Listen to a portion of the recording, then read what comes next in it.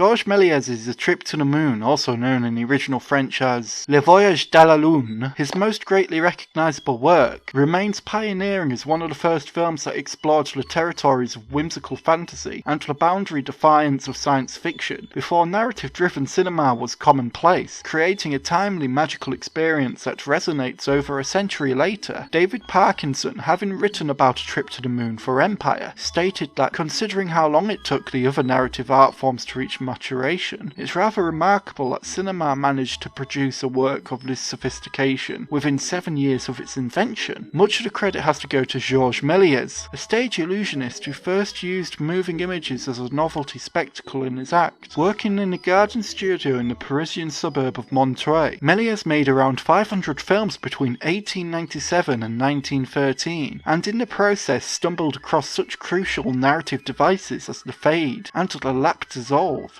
as well as such effects as the matte, double exposure, and stop motion, all of which he created in camera. Filmmaking techniques such as dissolves, double exposure, and stop motion animation may be more commonplace in cinema now, such techniques having been utilised in a wide array of films, but for such techniques to be masterfully implemented so early in cinematic history illustrates the creative intelligence that Georges Méliès had, using his knowledge of illusion and invention to explore the technical possibilities of such a young art form. While A Trip to the Moon is technically impressive, it is also a narrative spectacle too. Many early silent films were intended as archival pieces documenting an event, occasion, or the routine. For example, Louis Lumiere's Workers Leave in the Lumiere factory in Lyon, which was a short silent documentary which depicted factory workers finishing their work shift. However, A Trip to the Moon is more ambitious. The film's primary purpose wasn't narrative focused at the time, which made Méliès' unique approach all the more unconventional, focusing on an expedition to the moon and discovering the unusual sights believed to be found there. Keep in mind that astronauts had yet to walk on the moon, making Méliès' sense of imagination one of the most essential tools in creating such surreal sights. Although narrative-driven films may have been an inevitability, it speaks volumes of Méliès' innovation that he delivered narrative-based spectacles so early in cinema's lifetime, even conjuring up such iconic images as a rocket launched in the man in the moon's face, making him disgruntled. A Trip to the Moon's influence can be seen from examples as vast as Fritz Lang's Frau im Mond to James Cameron's Avatar. The exploration of the seemingly impossible and the spectacle of bringing imagination to life are inspiring heights to reach for, and which many filmmakers aspire to, intending to bring their imagined tales to the cinema screen. In conclusion, Georges Méliès' A Trip to the Moon is a spectacle to behold. So early in the lifetime of cinema did Georges Méliès set the standard incredibly high with his sophisticated expression of science fiction and fantasy, containing exciting visuals with the similar quality and impression of a fascinating magic trick. A Trip to the Moon still manages to capture that childlike wonderment that remains in most of us. It's easy to see why A Trip to the Moon has inspired so many creative minds in the century that followed.